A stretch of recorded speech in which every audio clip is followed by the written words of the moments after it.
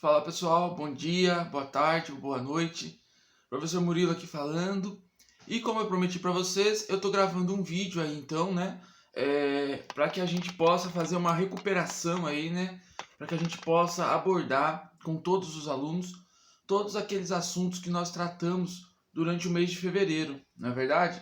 Vocês se lembram que no mês de fevereiro a escala de rodízio de vocês na escola, né, não foi por semana, foi por dias.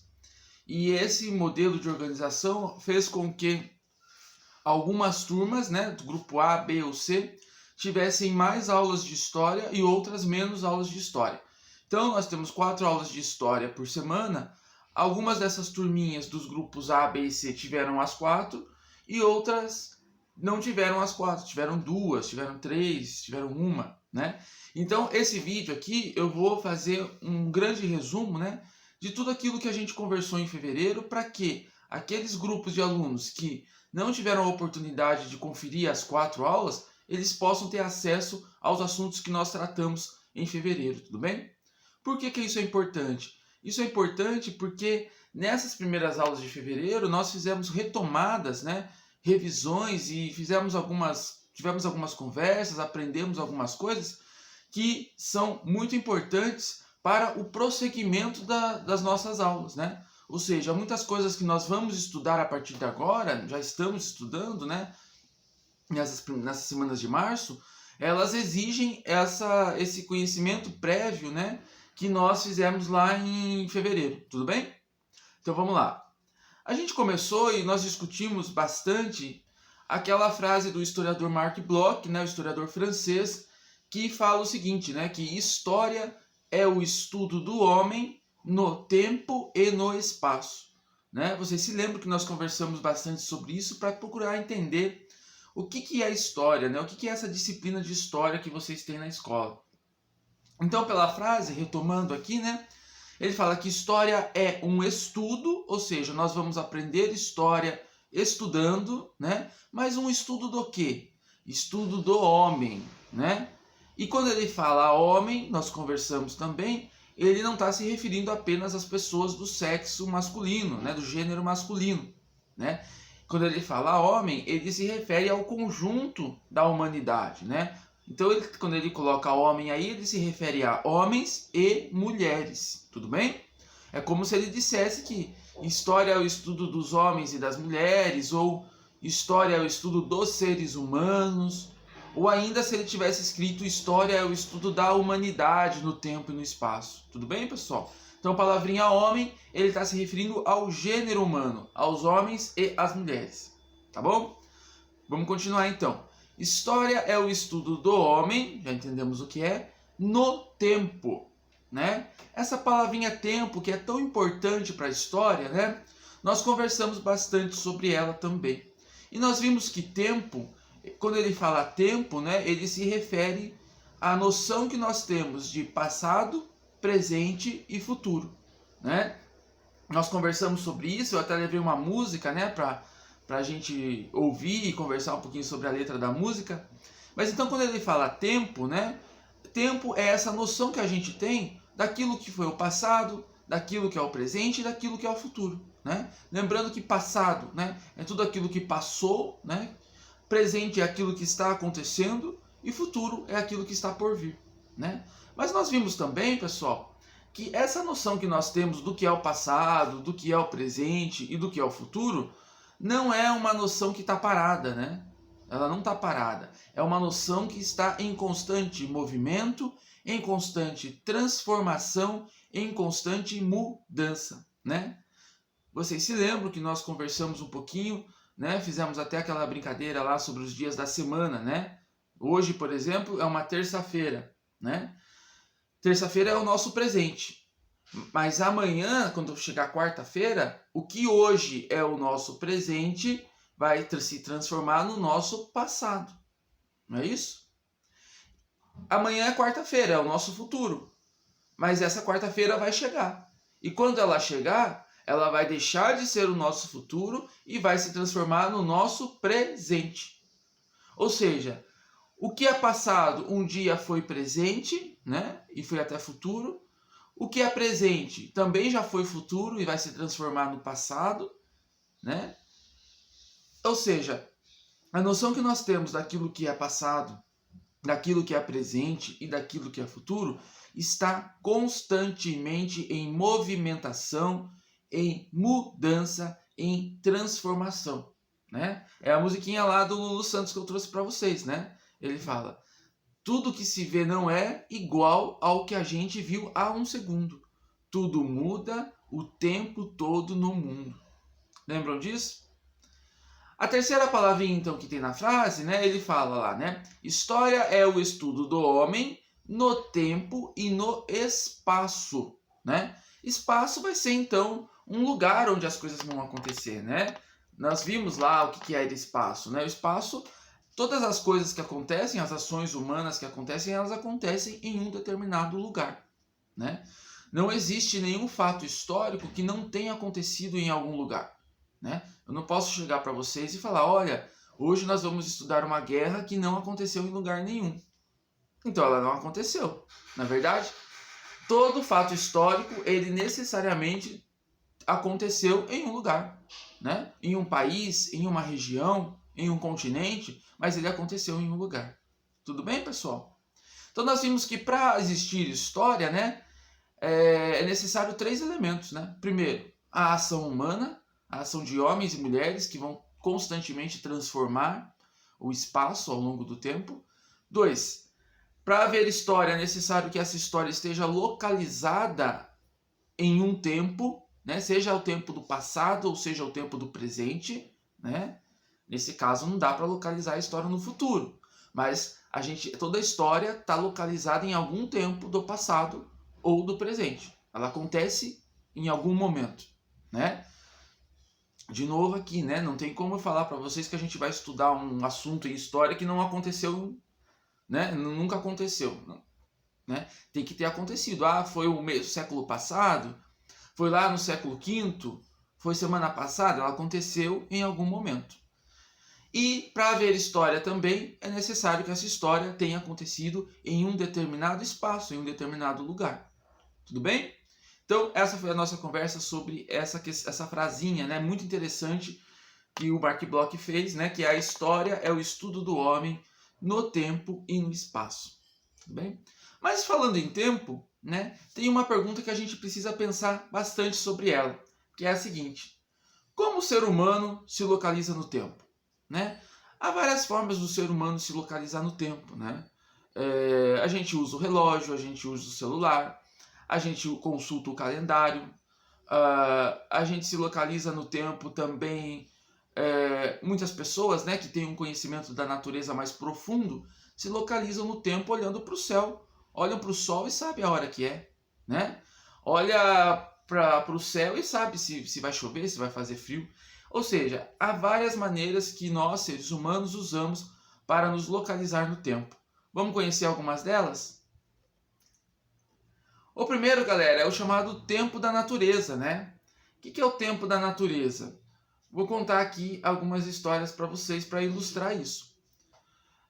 Na região centro-oeste do Brasil, né, e em parte da região norte do Brasil, entre os estados ali de Mato Grosso e Pará, vive uma comunidade indígena, um povo indígena chamado Caiabi.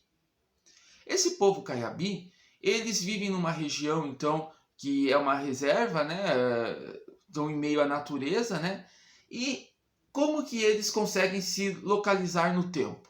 Vamos ler um trechinho de um texto aqui que vai ajudar a gente a entender melhor, para entender como que eles conseguem, qual é a relação que eles têm com o tempo e como o tempo ajuda eles a organizarem a vida deles, a organizar a rotina deles, a organizar o trabalho deles. Vamos ler juntos aqui? Vou aumentar.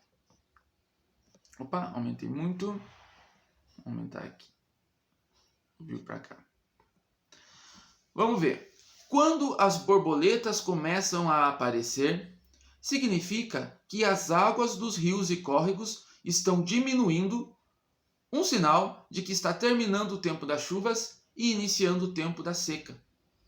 Ao contrário das borboletas, o aparecimento das cigarras cantando marca o final do tempo da estiagem, que é a seca, e o início do tempo das chuvas. Os índios Caiabi sabem quando é o tempo que os peixes estão subindo o rio, especificamente a Matrinchã, pelo canto dos sapos, que ocorre sempre no período de seca.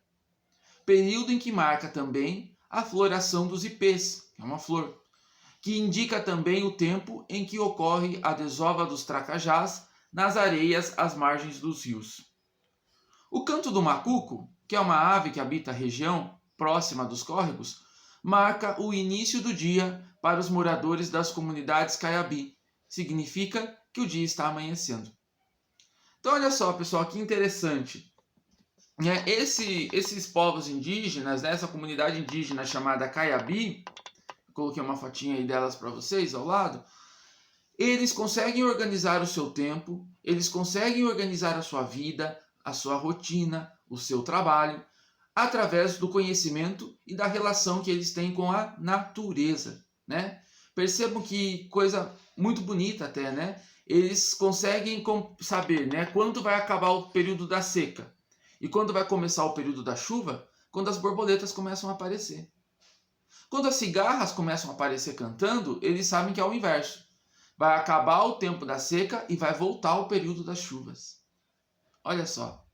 Quando os sapos começam a cantar, eles sabem que o rio está cheio, né? Que os peixes estão subindo o rio, ou seja, talvez seja o momento que eles vão pescar para fazer talvez estoque de peixe para alimentação da comunidade ali, qualquer coisa assim, né?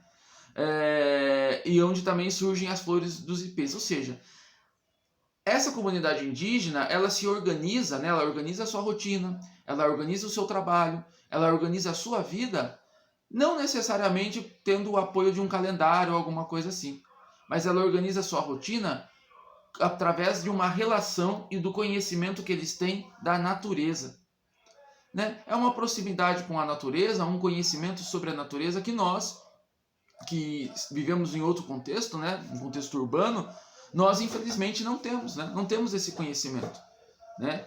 E às vezes a natureza pode estar dando vários sinais para a gente, para nos ajudar a nos organizar, e nós, por não conhecermos a natureza, não conseguimos entender, né? Então, os povos indígenas Caiabi, eles conseguem organizar a vida deles, a rotina deles, o trabalho deles, através de uma observação da natureza, através de uma relação que eles têm com a natureza, uma relação de proximidade e uma relação de profundo conhecimento. Mas não são apenas os povos indígenas que têm esse conhecimento e essa relação de proximidade com a natureza, galera. Camponeses também, né? Quem são camponeses? Camponeses são aquelas pessoas que trabalham no campo, né? Trabalhadores rurais.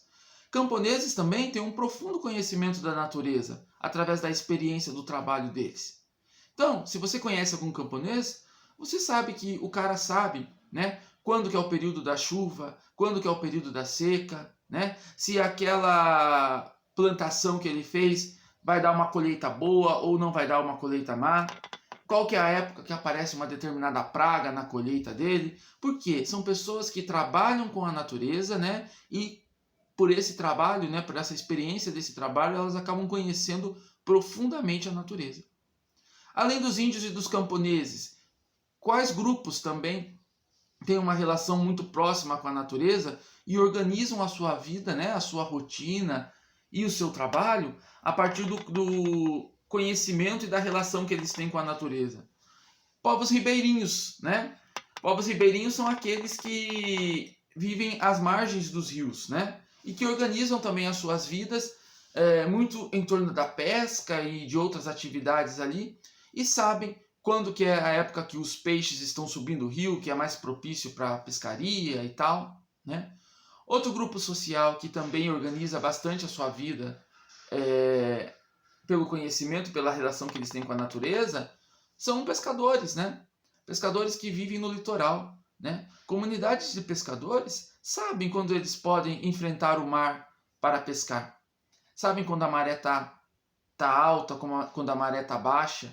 Sabe até onde eles podem ir, né? Por quê? Porque eles vivem muito próximos da natureza e essa experiência faz com que eles conheçam e entendam os sinais da natureza. Então, pessoal, aqui a gente tem um exemplo. Deixa eu passar aqui. aqui nós conseguimos ter um exemplo de que muitas pessoas, muitos grupos sociais conseguem se localizar no tempo através do tempo da natureza. Vamos entender o que é o tempo da natureza, então? É a observação dos fenômenos naturais, o dia e a noite, as fases da lua, o período das cheias dos rios, a dinâmica das marés, as estações do ano, as épocas de semeadura e colheita, etc. São grupamentos humanos que conseguem organizar a sua vida, a sua rotina e o seu trabalho através do conhecimento e da relação que eles têm com a natureza. Tudo bem? Pessoal, uma outra forma que o ser humano tem de se localizar no tempo é através do chamado tempo cronológico. Vamos conversar um pouquinho sobre ele também. Para isso eu tenho um poeminha aqui, muito bacana, que a gente vai fazer uma leitura. Vamos lá. Quem teve a ideia de cortar o tempo em fatias, a que se deu o nome de ano, foi um indivíduo genial. Industrializou a esperança, fazendo-a funcionar no limite da exaustão. 12 meses dão para qualquer ser humano se cansar e entregar os pontos.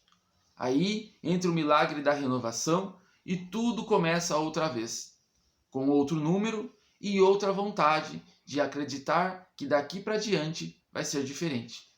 Aí é um poeminha do Carlos Drummond de Andrade, né, que eu trouxe para ilustrar para a gente o que é esse tempo que a gente chama de cronológico, né? Olha que esse poema traz uma sensação que eu acho que todos nós acabamos tendo um pouco com o tempo, né? Lembrem do ano passado, de 2020. 2020 foi um ano muito difícil para todo mundo, né? As aulas foram suspensas, muitos comércios foram fechados, a pandemia e tal. E à medida que o ano foi passando, muita gente falava assim: eu não vejo a hora que esse ano acabe. Eu não vejo a hora que esse ano, que 2020 vai embora. E quanto mais o ano se aproximou do final, mais havia uma espécie de esperança, de alívio de que aquele ano estaria acabando e ansiedade para que chegasse o outro ano, logo 2021, como se a simples troca de ano fosse resolver os nossos problemas, né? Como se a simples virada no calendário de 2020 para 2021 fosse fazer sumir a pandemia e a gente fosse voltar a ter uma vida como a gente tinha antes. Mas no fundo, a gente sabia que isso não ia acontecer. Que do dia 31 de dezembro de 2020 para o dia 1º de janeiro de 21 é apenas um dia que acaba e outro que começa, né? Mas a simples troca no calendário, né? A simples troca do ano gerou nas pessoas um sentimento de esperança, um sentimento de renovação de esperança, né? De que, olha, agora as coisas podem melhorar, né? Infelizmente, a gente vê que não é bem assim, né? Porque o tempo cronológico, ele é um, e o tempo da nossa vida mesmo, que a gente vive, é outro. Mas a simples troca, a simples virada da página de um calendário traz para as pessoas uma esperança, né? A gente pode pegar outro exemplo aqui também. À medida que vai chegando o final de semana, você fala, graças a Deus está acabando a semana e tal. Vai dando aquela revigorada, aquela animada, né? Porque você vai ter 2 dias de descanso ou um dia de descanso. Quer dizer, a organização do tempo em dias, meses e anos, ela traz um efeito para a gente também, que é um efeito, às vezes, de expectativa, né? De renovação de esperança, uma ideia de que as coisas vão mudar simplesmente porque um dia no calendário vai passar, né? Esse é o tempo cronológico. Vamos ver o que nós vamos conversar sobre ele. Esse tempo cronológico, galera, ele está organizado pelos calendários, né? Que vocês conhecem muito bem, né? O nosso calendário, pelo nosso calendário, por exemplo, nós estamos no mês de março, né? Depois vem abril, ou seja, o ano tem 12 meses, que vocês conhecem bem. Cada mês tem aí, varia em torno de 30 ou 31 dias, né? Fevereiro é a exceção, com 28 ou 29, mas esse é o calendário que nós temos. E pelo nosso calendário, nós estamos no ano de 2021, não é isso? Pois bem, você sabe que esse não é o único calendário que existe no mundo? Que existem outros calendários que são usados ao redor do mundo e que foram criados pela história? É isso que a gente vai falar um pouquinho agora, pessoal. Esse calendário que nós usamos, que é pelo qual nós estamos no ano de 2021, esse calendário ele é um calendário chamado de calendário cristão ou calendário gregoriano, tá? Por que ele se chama de por que nós chamamos ele de calendário cristão? Nós chamamos de calendário cristão porque o início da contagem do tempo nesse calendário que nós usamos foi o nascimento de Cristo. Então, esse calendário cristão, que é o calendário que nós usamos, e que é o calendário que se usa na maior parte do mundo, ele começou a contar o tempo a partir do nascimento de Cristo. Ou seja, o ano 1 é o ano do nascimento de Cristo. Então, se nós estamos no ano de 2021, significa que Cristo nasceu há 2021 anos atrás. Tudo bem? Isso quer dizer que a história da humanidade começou a partir do nascimento de Cristo? Né? Já que o nascimento de Cristo é o ano 1? Não, pessoal. A história da humanidade já estava rolando e muito quando Cristo nasceu. Isso significa apenas que, por esse calendário, a contagem do tempo começou a ser feita a partir do nascimento de Cristo. Esse calendário se chama gregoriano também porque ele foi instituído por um papa, à época, chamado Papa Gregório. Então, gregoriano. Então, por isso que esse calendário se chama, então, calendário cristão, calendário gregoriano, e é o calendário que nós utilizamos aqui no Brasil e é o calendário que se utiliza na maior parte do mundo. Mas é preciso que vocês saibam que este não é o único calendário que existe no mundo. O calendário cristão, então, né, é o calendário mais usado no mundo atualmente, mas não é o único existente. Por esse calendário cristão, a contagem do tempo, galera, é dividida em duas eras, antes e depois do nascimento de Cristo, sendo o nascimento de Cristo considerado o ano 1. Então é isso que eu expliquei para vocês, né? A história da humanidade não começa a partir do nascimento de Cristo, tudo bem? Apenas a contagem do tempo no calendário cristão começa a partir do nascimento de Cristo. Por esse motivo, né, ou seja, pelo fato de que já havia uma história da humanidade antes de Cristo, a gente divide, né, esse calendário em duas eras. Uma era que a gente chama de antes de Cristo, ou seja, antes do nascimento de Cristo, e a outra era que se chama depois do nascimento de Cristo, que começa com o ano 1. Vamos ver aqui? Olha só, aqui está um desenho de como esse calendário se organiza. Então nós temos toda essa parte verde aí, é a era antes do nascimento de Cristo, tudo bem? Então, houve aí milhares de anos antes do nascimento de Cristo, centenas de milhares de anos antes de Cristo nascer, tudo bem? Quando Cristo nasceu, né, pelo calendário cristão, a gente passa a contar o ano 1. Então, nós passamos a contar ano 1, ano 2, ano 3, ano 4, ano 5, até chegar aqui em 2021, a partir do nascimento de Cristo. Então, o nascimento de Cristo é o nosso ano 1 pelo calendário cristão gregoriano. A partir disso, nós temos uma outra era na história, que está aí de azul, e está aí identificada como DC, ou seja, depois de Cristo. Tudo bem? A gente conta, a partir do ano 1, que é o ano de nascimento de Cristo, nós contamos os anos de forma crescente, né? Ano 1, ano 2, ano 3, ano 4, ano 5, e aí por aí vai até chegar em 2021, ou seja, está sempre crescendo, tudo bem? Ano que vem será 2022, depois 23, 24, então a gente conta o ano depois do nascimento de Cristo, né? A partir do nascimento de Cristo, do ano 1, a gente conta os anos de forma crescente. Antes de Cristo, como que a gente conta os anos? A gente conta os anos de forma decrescente, ou seja, do maior para o menor. Por exemplo, a gente pode pensar que a escrita, o ser humano inventou a escrita, o sistema de escrita, 4.000 anos antes de Cristo. Ou seja, 4.000 anos antes do nascimento de Cristo, né? Um outro fato histórico a gente pode identificar como 34 a.C., 33 a.C., 32 a.C., 31 a.C., até chegar ao nascimento de Cristo. Então a gente conta o ano de forma decrescente quando a gente está pensando na era antes do nascimento de Cristo, que é essa partinha verde aqui, ó. Deixa eu ver se fica legível para vocês. Acho que não fica muito não, né? Mas aqui, ó, essa partinha verde, então, galera, significa antes do nascimento de Cristo, tá? É a era antes de Cristo, e nós fazemos a contagem de tempo, né, nessa era antes de Cristo de forma decrescente. 10 antes de Cristo, 9 anos antes do nascimento de Cristo, ano 8 antes do nascimento de Cristo, ano 7 antes do nascimento de Cristo, ano 6, ano 5, ano 4, ano 3, ano 2, ano 1, nascimento de Cristo.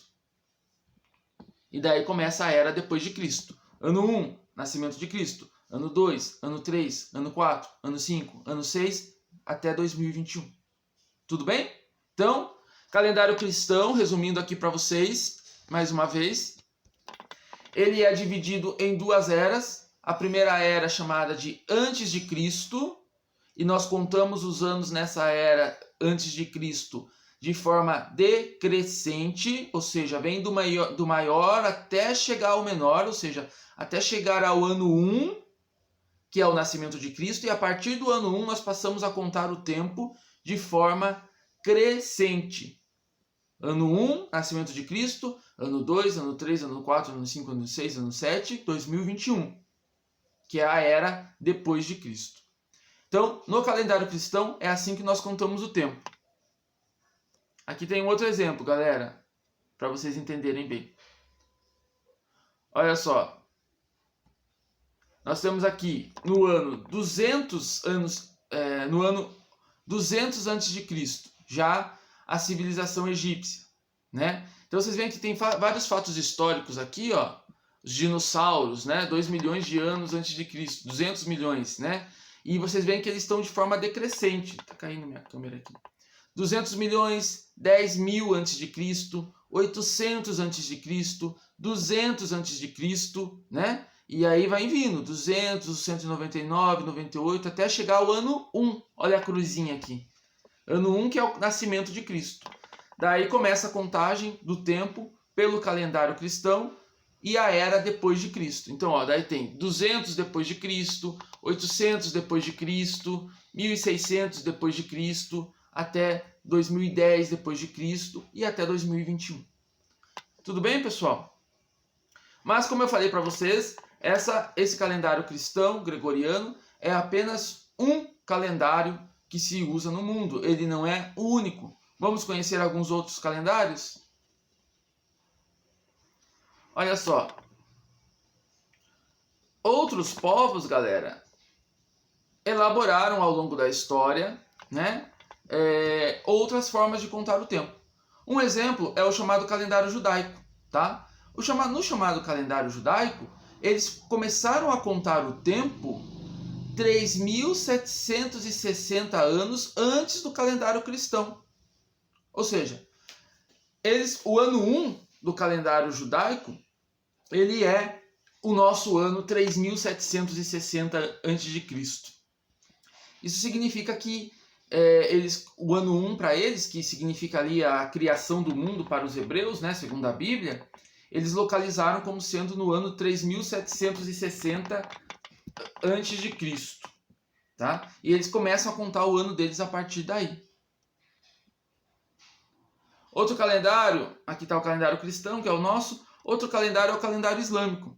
Já o calendário islâmico, né? O calendário islâmico é um calendário formulado, né, pelos integrantes da religião, né, do islamismo, né, os muçulmanos, que é uma religião que surgiu ali no Oriente Médio, né, e tem no profeta Maomé o seu grande líder, tudo bem? Os muçulmanos criaram seu calendário quando o calendário cristão contava o ano de 622. Então, quando o calendário cristão que nós usamos contava o ano 622 depois de Cristo, ou seja, já da era cristã, é que os muçulmanos passaram a contar o tempo para eles, tá? Que esse ano aí, em 622, né, no calendário cristão, que é o ano 1 para eles, marcou aí a fuga de Maomé, que era o líder da religião, para uma outra cidade, porque ele estava sendo perseguido, né? e a fundação, então, da religião aí do islamismo. Tudo bem, pessoal? Ou seja, há vários calendários, né, que marcam, que contam o tempo de maneira diferente, né? Se a gente for ver, no calendário judeu, eles estão contando o ano 5000 e alguma coisa, né? Já no calendário islâmico, muçulmano, eles estão contando o ano 1399, se eu não me engano. Isso quer dizer que alguns povos estão vivendo no futuro e outros estão vivendo no passado? Não, não quer dizer nada disso. A única coisa que isso quer dizer é que simplesmente a maneira de contar o tempo é diferente para determinados povos.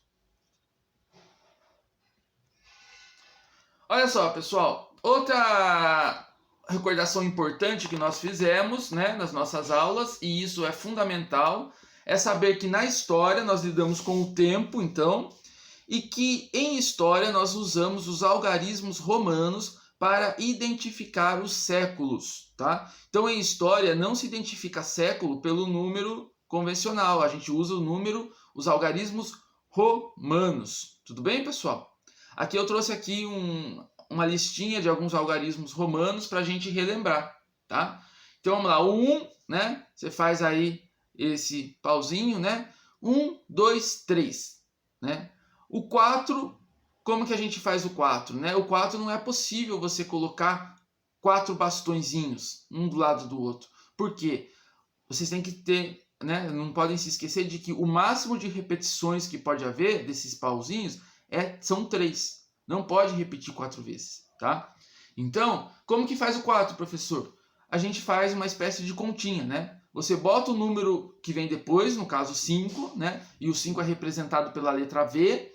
E quando você coloca um pauzinho antes do 5, você está fazendo uma conta, como se você estivesse fazendo 5 menos 1, né? 5 menos 1 é 4. Então, quando você acrescenta, tá, um algarismo romano antes, né? Ou seja, você acrescenta o algarismo romano à esquerda, você está fazendo uma conta de menos, você está tirando. E quando a gente acrescenta o algarismo romano à direita de outro algarismo romano, a gente está somando, né? Então vamos ver aqui, ó, para vocês entenderem bem. Vejam. 1, 2, 3 são simbolizados pelos bastõezinhos, né? Um bastão é o número 1. 2 bastõezinhos, número 2. 3, número 3. Não pode repetir mais do que 3. Então, como que nós fazemos o 4? Nós pegamos o número 5, que é representado pelo V, e à esquerda do 5, ou seja, antes do V, a gente coloca um bastão. Isso significa o quê? Que eu estou fazendo 5 menos 1. Então, isso vai ser o 4. Se eu colocar o bastãozinho depois, ou seja, à direita de outro número, eu estou somando. Então, aqui vai estar 6, que é o que está aqui. Eu deixei em vermelho para vocês compreenderem melhor, né? E daí a mesma lógica. 6, o 7 vai ser como? O V, que representa o 5, mais 2 bastões, né? Porque 5 mais 2 são 7. O 8 vai ser como? O V, que representa o 5, né? Mais 3 bastões, que vai dar 8. O 9 vai ser como? Não vai ser V mais 4 bastões, porque nós sabemos que nós não podemos repetir mais do que 3 vezes esses bastões.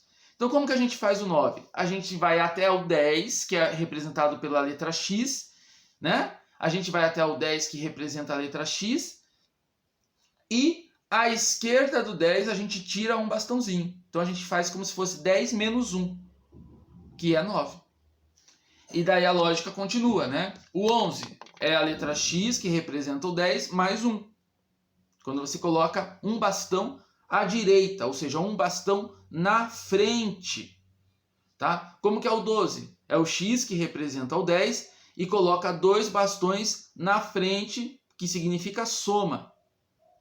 Como que faz o 13? Coloca o X, que representa o 10, mais 3 bastões na frente, à direita, para contar 13. 10 mais 13. Então, quando você acrescenta um algarismo romano à direita, né? Ou, falando de outra maneira, quando você coloca um algarismo romano à frente do outro, você está somando.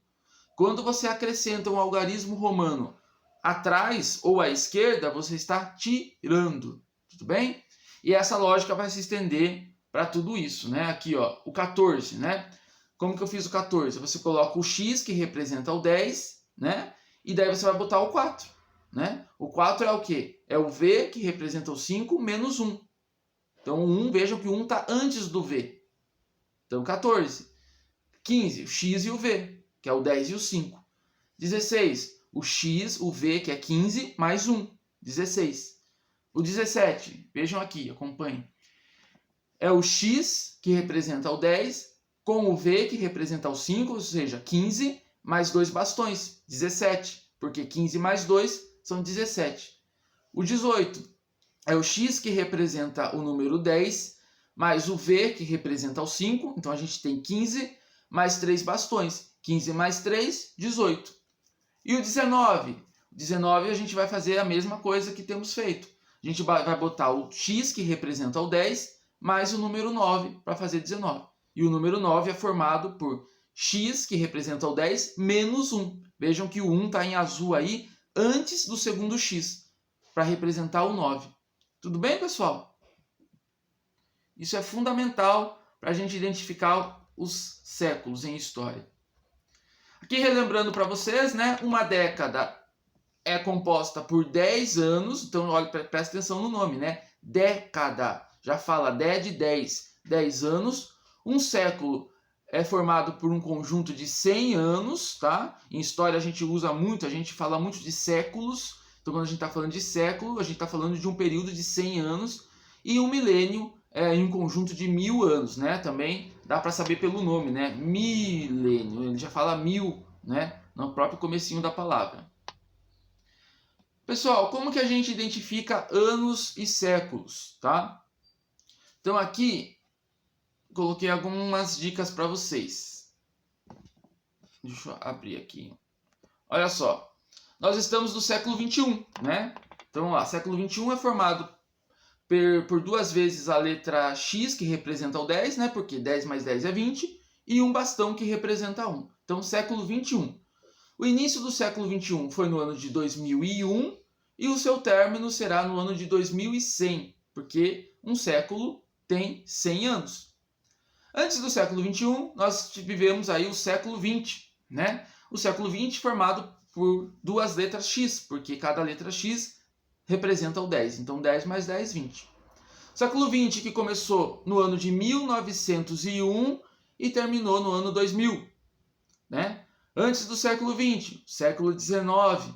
Vejam aí que o século 19 é formado pela letra X, que representa o 10, e pelo número 9, né? Que está composto aí como X, que representa 10, menos 1. Olha aí, tem um bastão antes do X, né? Então fica X menos 1, que é 9. Então 10 mais 9, 19. O século 19 iniciou, né, no ano de 1801 e foi concluído no ano de 1900. O século anterior, que é o século 18, olha aí, X, né, que representa 10, mais V, que representa 5, 15, mais 3 bastões, 18, século 18. Começou em 1701 e terminou no ano de 1800. Século 17 começou em 1601, terminou em 1700. Século 16 começou em 1501 e terminou em 1600. E o século 15 começou em 1401 e terminou no ano de 1500. Não é para vocês decorarem isso, tá? Como que vocês vão saber, então, identificar os séculos? Então, eu coloquei algumas dicas aqui para vocês. Percebam, galera, que todo início de século, todo início de década e todo início de milênio sempre será com um ano que termina com o algarismo 1. Olhem aqui que eu os coloquei em azul para vocês, né?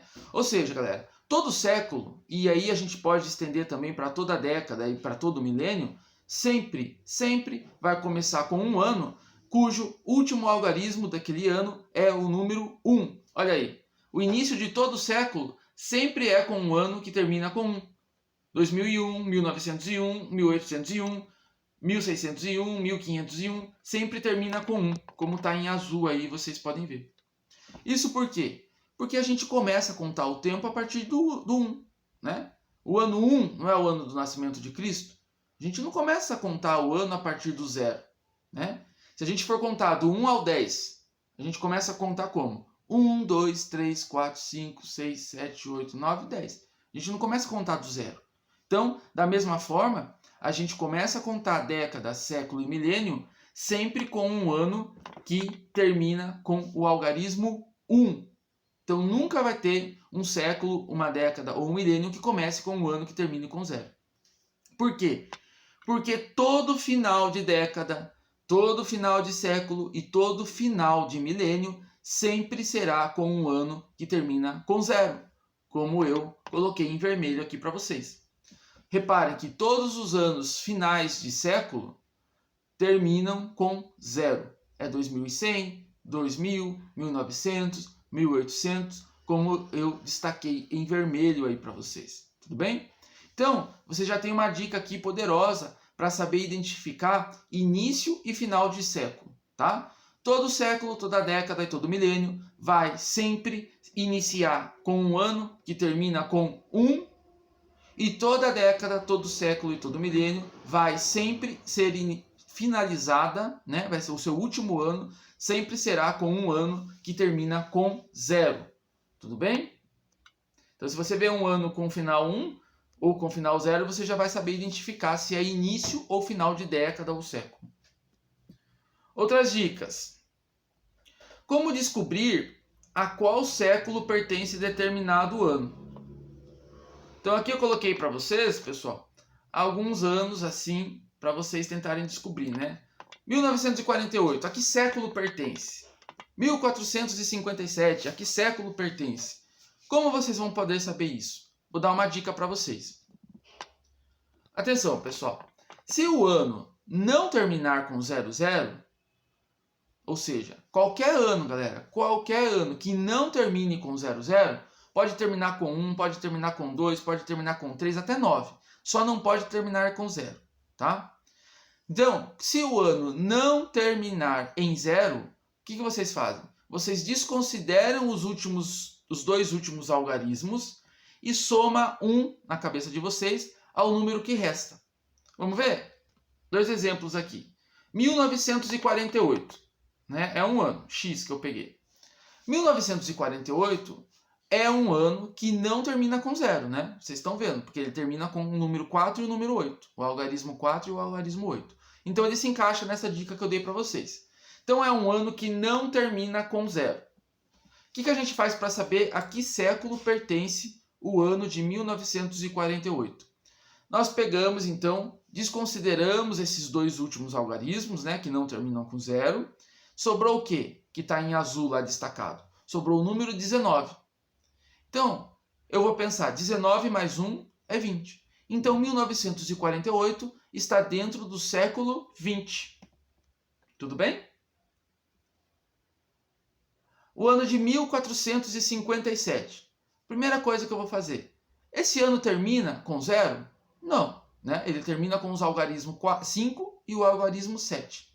Então, o que eu vou fazer para descobrir a qual século pertence o ano de 1457? Já identifiquei que ele não termina com 0. Então, eu vou desconsiderar os dois números e vou pensar, né, nos dois primeiros algarismos, que é 1 e 4. Né? Então, eu tenho aqui 14. Aí, o que eu faço? Soma 1 a esse número. 14, que está aqui em azul, né? 14 mais 1, 15. Então, 1457 pertence ao século 15. E eu vou sempre identificar esse século com algarismos romanos. É o X e o V, no caso, né? Vamos lá. Mas e agora, professor? A gente viu, né? Nós vimos como identificar um ano.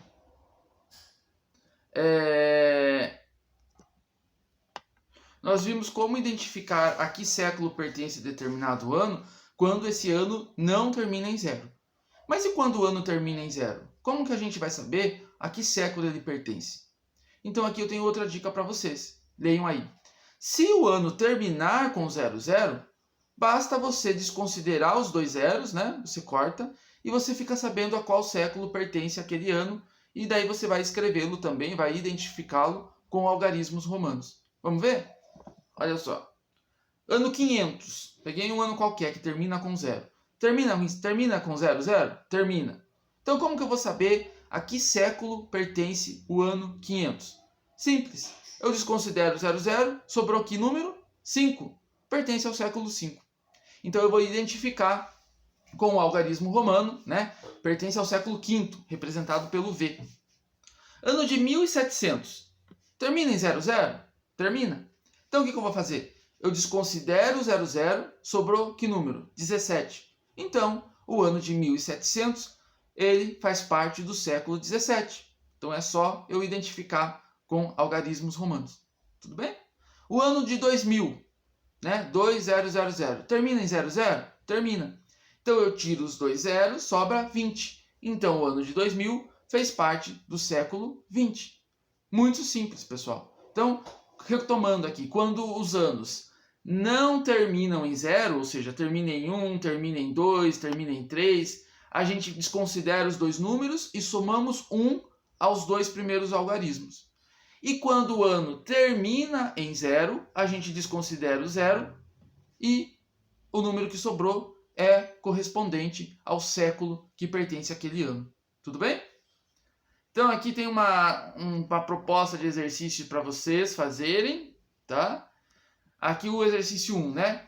Identifique o século a que pertence os anos abaixo.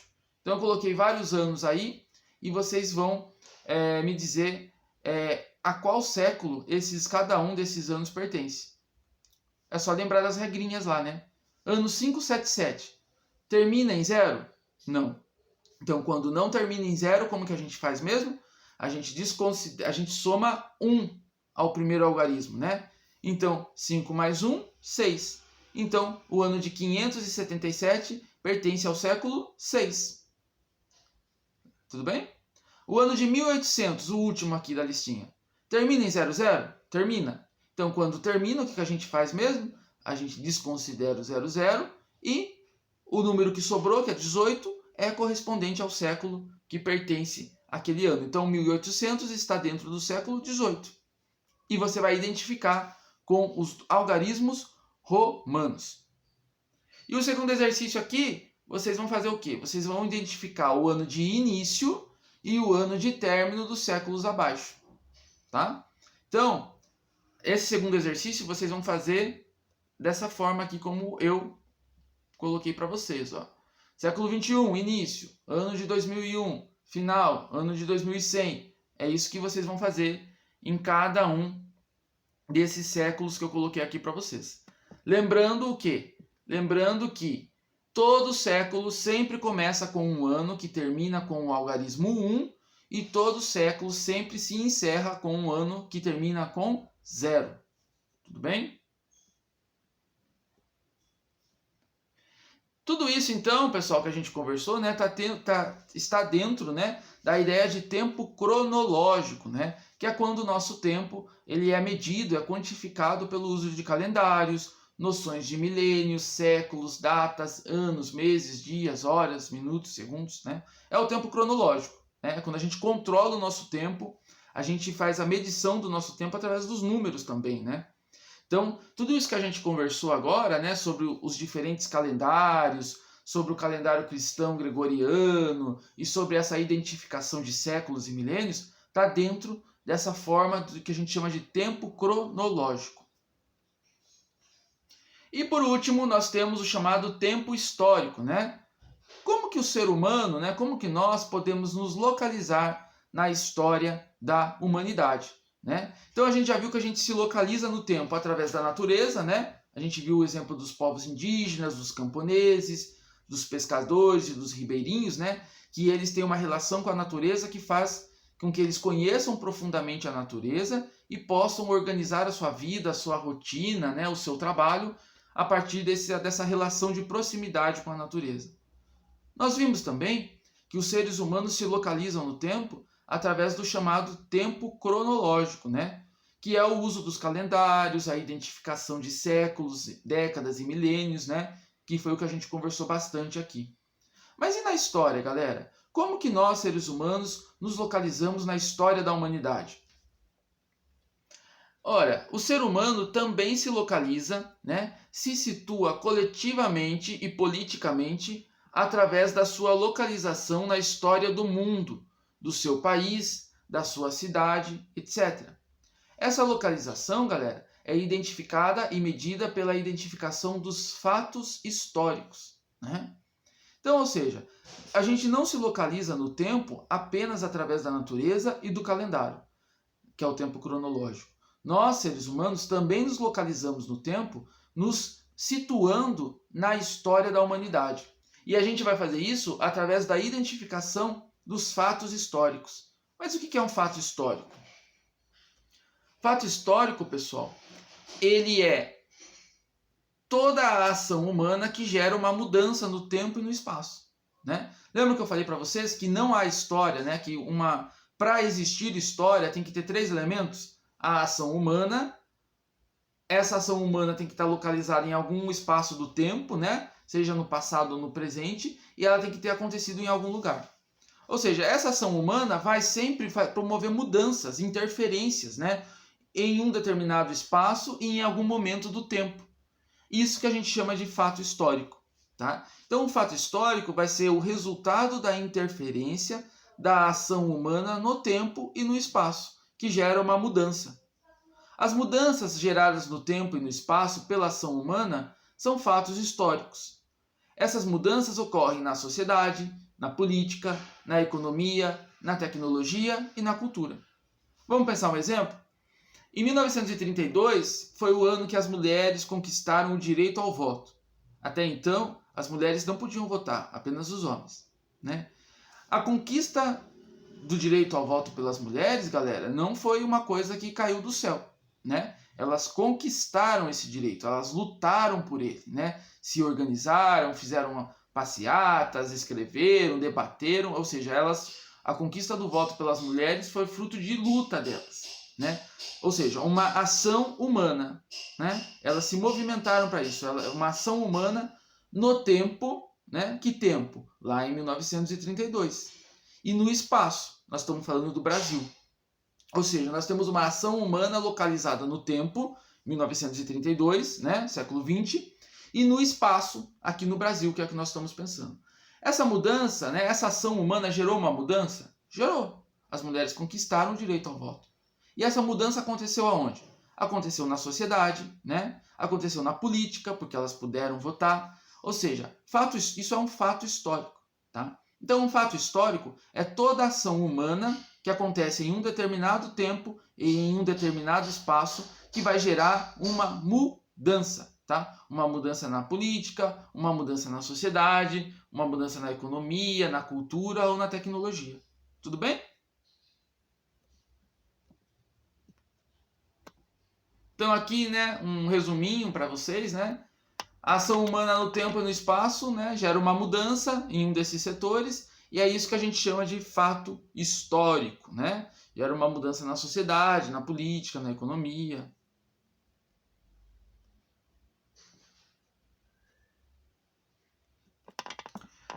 Mas vocês sabem que o mundo já é bem velhinho, né? Já tem muitos anos. Então imagine a quantidade de fatos históricos que existem no mundo, né? Existem milhares e milhares, milhões de fatos históricos que já aconteceram ao redor da história da humanidade. Para organizar tudo isso, pessoal, os historiadores criaram, né, organizaram esses fatos históricos e criaram a chamada linha do tempo histórico. O que é a linha do tempo histórico? É uma organização da história da humanidade a partir de fatos históricos importantes, tá? Então, para que a gente possa aprender história de uma maneira mais fácil, para a gente se organizar nas nossas aulas de história, a gente sempre seguia por essa linha do tempo histórico, tá? Então, o que é a linha do tempo histórico mesmo, né? Os historiadores organizaram a história da humanidade, né? Pegaram os fatos e foram organizando isso daí e dividiram a história da humanidade em 5 grandes eras, 5 grandes tempos, em 5 grandes idades, tá? E cada idade começou com um fato histórico e terminou com um fato histórico muito importante. E, obviamente, dentro de cada idade, de cada era, aconteceram vários outros fatos históricos, tá?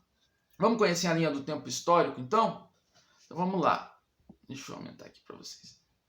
A gente tem aqui embaixo, né, um primeiro período chamado de pré-história, né? Pré-história. A pré-história foi até o ano de 4000 antes de Cristo, né?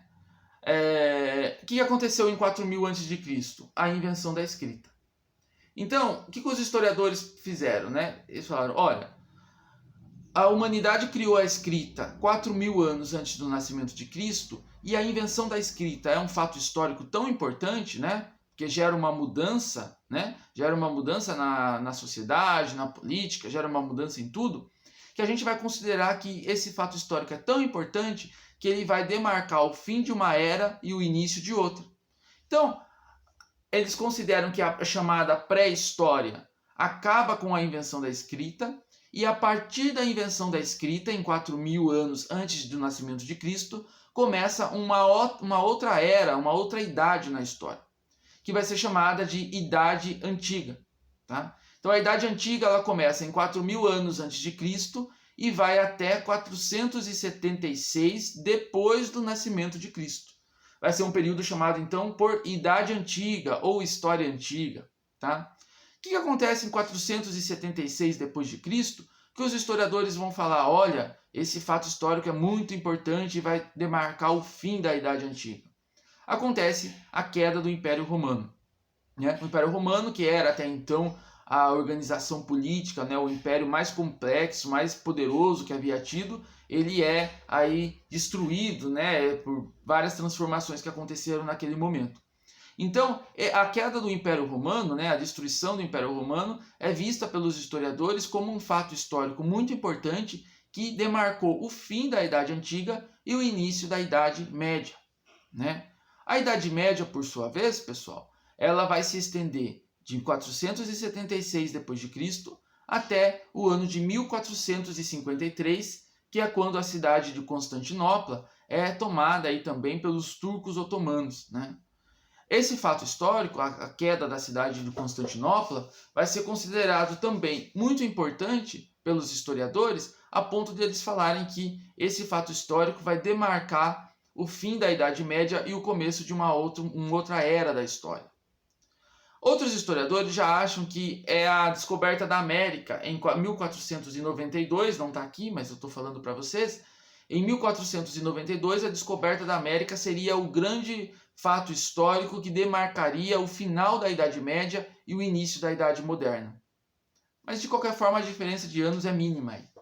Então, depois da Idade Média, a gente tem um período conhecido como Idade Moderna ou História Moderna, que vai de 1453 ou 1492, com a descoberta da América, né, se considerar esse outro aspecto, e se estende até o ano de 1789, quando acontece a Revolução Francesa. Né? Com a Revolução Francesa, de novo, os historiadores vão falar, mas a Revolução Francesa foi um fato histórico tão importante que vai demarcar o fim da Idade Moderna e o início de uma nova era na história, que é chamada de Idade Contemporânea. Né? Então a Idade Contemporânea começa com a Revolução Francesa em 1789 e se estende até os dias de hoje. Né? Portanto, a Idade Contemporânea é uma palavrinha que significa do nosso tempo. Tá? Então, se a gente tivesse que se localizar nessa linha do tempo histórico, em qual idade da história nós estamos vivendo atualmente, hoje, em 2021? Na Idade Contemporânea, né? Porque a Idade Contemporânea começou com a Revolução Francesa em 1789 e se estende até os dias de hoje. Tudo bem, pessoal? Então, essa é a linha do tempo. É importante que vocês tenham sempre isso em mente, né? Essas idades, essas eras da história, né? Pré-história, Idade Antiga, Idade Média, Idade Moderna, Idade Contemporânea, porque a gente se localiza muito assim, né, no tempo. Muitas pessoas usam algumas expressões, por exemplo, o Brasil está voltando para a Idade Média, né? Muita gente usa essa expressão.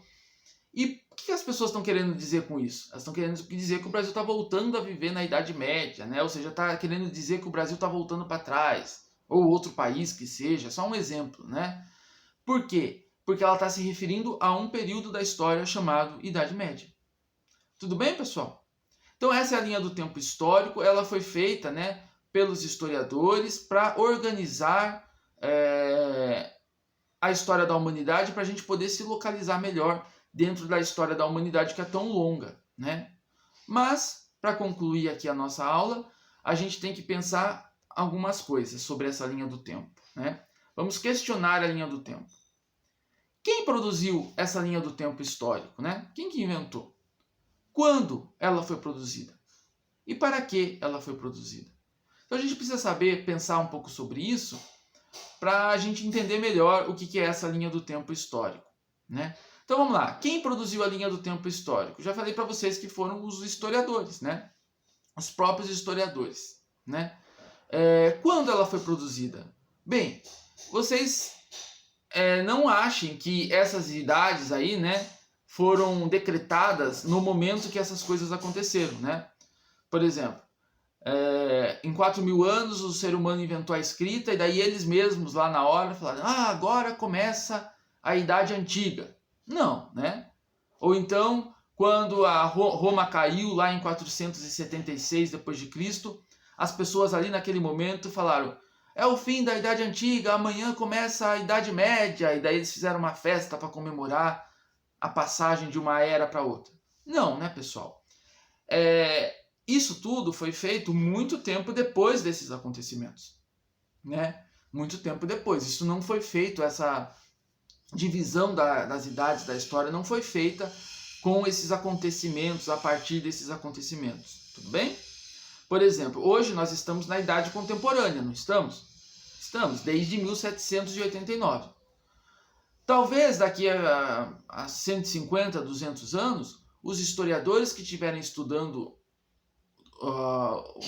a pandemia do coronavírus, por exemplo, eles podem falar assim, olha, o coronavírus mudou tanto o mundo que a gente vai dizer que a idade contemporânea se encerrou em 2021 e começou uma idade, daí eles vão dar um nome lá, idade pós-contemporânea, sei lá. E nós estamos vivendo aqui, né, e nem sabemos disso, obviamente, porque isso será feito sempre depois, tudo bem?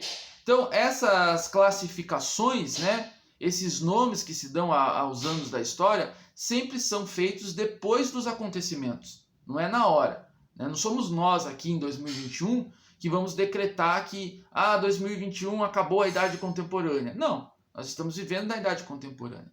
Daqui a 200 anos, os historiadores que estiverem estudando o coronavírus, talvez eles podem chegar a essa conclusão. Falar assim, o coronavírus mudou tanto as coisas, né, que a gente vai dizer que a idade contemporânea acabou em 2020, quando estourou a pandemia, e daí começou um novo momento da história.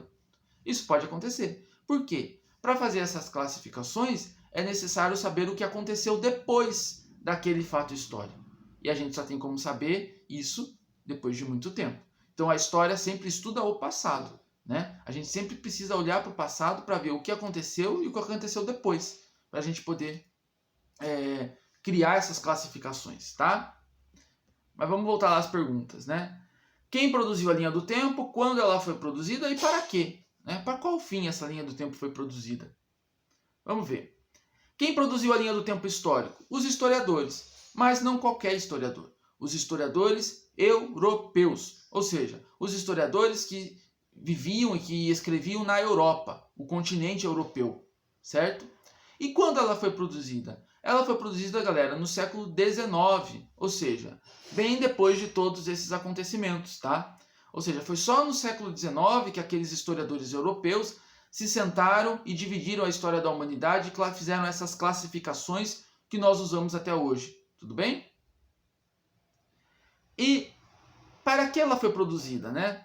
A princípio, para organizar a história da humanidade e facilitar os nossos estudos. Mas não é tão simples assim. Tem mais motivos aí que a gente vai conversar um pouquinho antes de encerrar a nossa aula.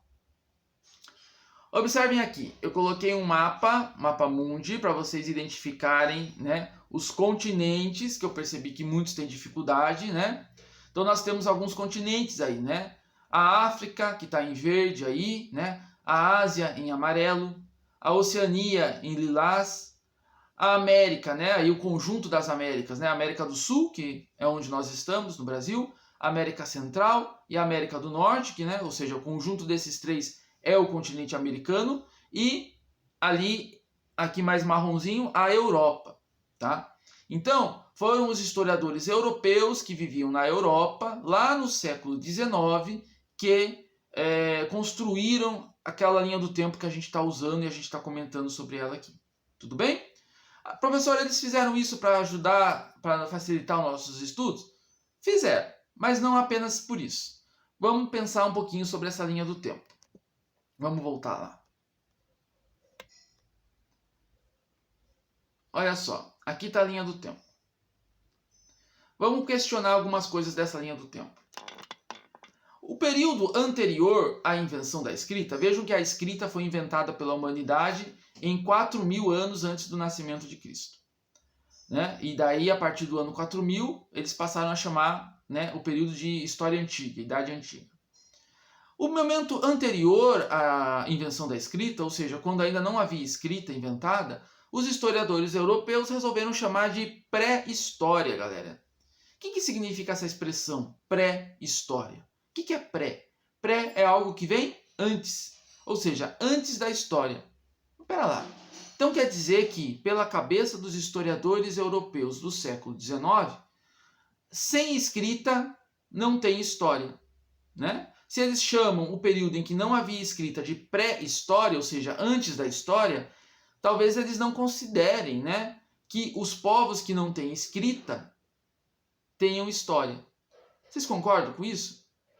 Vamos pensar um pouquinho? Antes, por exemplo, povos indígenas, né, que não têm a escrita como a sua principal forma de comunicação. Né? Existem muitos povos indígenas que não têm na escrita a sua principal forma de comunicação. Eles se comunicam, né? Eles produzem conhecimento e repassam esse conhecimento através da oralidade, da fala, né? E de outras formas. Esses povos não têm história? Não são seres históricos, será? Povos também tradicionais de outros lugares, como o continente africano também, né? Que durante muito tempo você tinha ali povos que também não tinham na escrita a sua principal forma de comunicação, mas sim na oralidade. Esses povos também não têm história? Para os historiadores europeus, parece que eles não consideram que povos que não têm na escrita a sua principal forma de expressão como povos que tenham história. Problemático, né? Porque me parece que eles têm muita história. Os povos indígenas têm muita história, têm muito conhecimento, né? Produzem muita coisa, né? Têm um conhecimento profundo sobre a natureza, produziram civilizações muito sofisticadas, muito ricas em detalhes, em cultura, línguas diferentes, né? Costumes culturais diferentes, e assim como povos africanos também, né? Produziram civilizações tão ricas e tão sofisticadas e poderosas quanto as civilizações europeias. Mas, para os historiadores europeus, povos que não têm na escrita a sua principal forma de expressão, parece que não têm história. Isso é um problema, é uma visão muito problemática, né? Outra questão que a gente pode questionar, galera. Olha, reparem nos nomes desses períodos históricos, né? Idade Antiga, Idade Média, Idade Moderna, né? Reparem nesses nomes que os historiadores europeus deram a esses períodos, né? Idade Antiga. O que é uma coisa que é antiga, né? Uma coisa que ficou lá para trás, né? Algo que é antigo. Idade Média vem dessa ideia de algo que está no meio, né? Entre o antigo e o moderno, né? Está no meio. Entre a Idade Antiga e a Idade Moderna, você tem o meio, que é a Idade Média. E você tem a Idade Moderna, né? Essa palavrinha moderna é uma palavra que traz para a gente uma ideia de algo bom, de positividade, né? De melhorias, não é isso? Né? E se a gente for olhar quais os acontecimentos, os fatos históricos que aconteceram, né? Desde a Idade Antiga até a Idade Moderna, nós vamos perceber que é a história do desenvolvimento da própria Europa, né? Da própria Europa, que é esse continente aqui que a gente está em marronzinho aqui, né? Ou seja, a linha do tempo acaba representando uma história do desenvolvimento da Europa sem considerar a história do desenvolvimento dos outros continentes, como o continente africano, o continente americano, o continente asiático. Então, isso é problemático, porque eles criam uma linha do tempo para explicar toda a história, mas eles explicam toda a história da humanidade apenas considerando o seu desenvolvimento. Por que isso? Afinal de contas, pessoal, foi nesse período de tempo, né, entre a Idade Antiga e a Idade Moderna, que a Europa se consolidou como um continente muito poderoso sob o ponto de vista político, social, militar e econômico, né? Então, na verdade, essa linha do tempo representa mais a história da Europa do que a história universal de todos os continentes, né? Quando os historiadores, por exemplo, consideram que a Idade Moderna começa em 1492, como eu falei para vocês, né? O que aconteceu em 1492? A chegada dos europeus à América, né? E ao continente americano. E como que eles se referem a essa chegada deles no continente americano? Eles dizem descobrimento da América, né? Ou seja, a América foi descoberta. Mas será que ela foi descoberta? Não havia ninguém morando aqui, né? Se havia pessoas morando aqui, então ela não foi descoberta. Apenas os europeus chegaram. Mas nessa linha do tempo, né, a história da América só entra a partir da chegada dos europeus. Ou seja, eles desconsideram toda a história anterior do continente americano, dos povos que aqui viviam, antes da chegada dos europeus aqui no continente americano, né? E quem vivia aqui no continente americano antes da chegada dos europeus? Numerosos, diversos e vários povos indígenas, né? Seja aqui na América do Sul, seja na América Central, grandes e numerosos e variados povos indígenas habitavam essa região há centenas de anos, há milhares de anos antes da chegada dos europeus. Mas eles dizem que em 1492 foi descoberta a América, né? E alguns, como eu falei para vocês, utilizam essa data de 1492, né, o chamado descobrimento da América, para iniciar a chamada Idade Moderna. Ou seja, para os europeus, a América, ela só entra, o continente americano aqui, ó, que é a América do Norte, Central e do Sul, só entra no radar da história com a chegada dos europeus a essa região. Por que será que eles não consideram, né, a vida que as pessoas tinham aqui antes, né, como parte da história? Por que a América só entra na história a partir da chegada dos europeus aqui?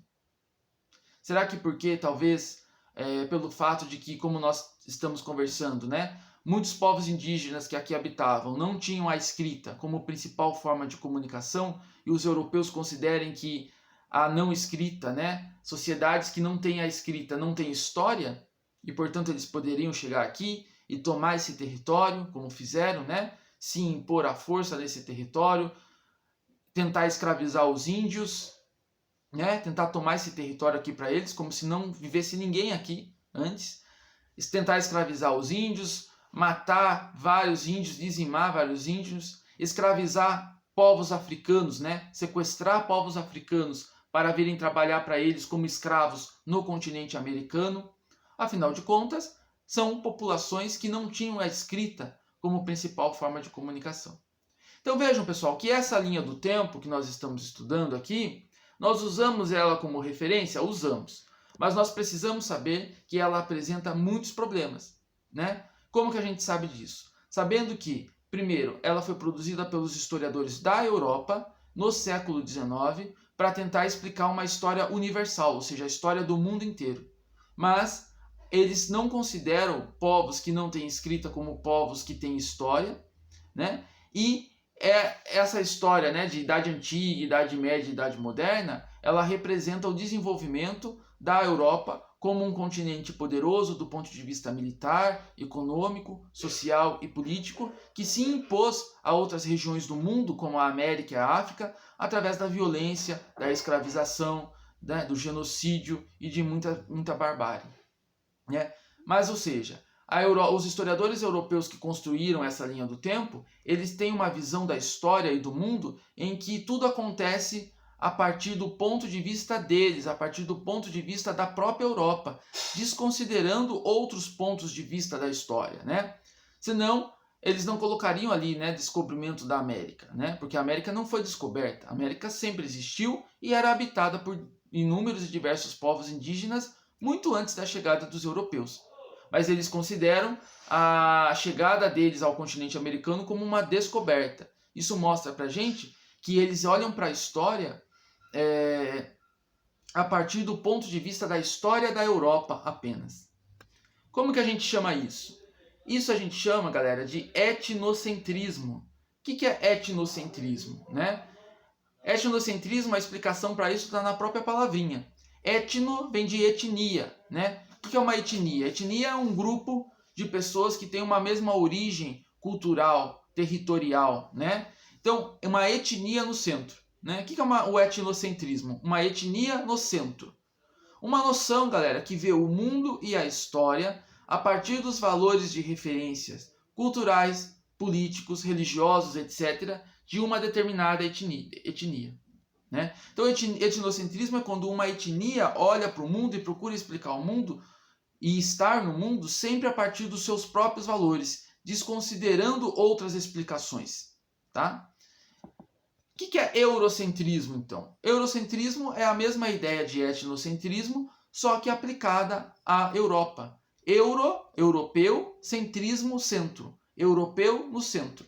Tá? Então é uma noção, ou seja, uma forma de ver o mundo, de ver a história, que vê o mundo e a história a partir dos valores de referência culturais, políticos e religiosos dos europeus. Essa galera que mora aqui nesse continente que está em marrom, né? Essa galera não, né? As elites políticas, militares e econômicas dessa região, né? Isso explica por que aquela linha do tempo, embora a gente use ela para se localizar na história, ela traz muitos problemas, né?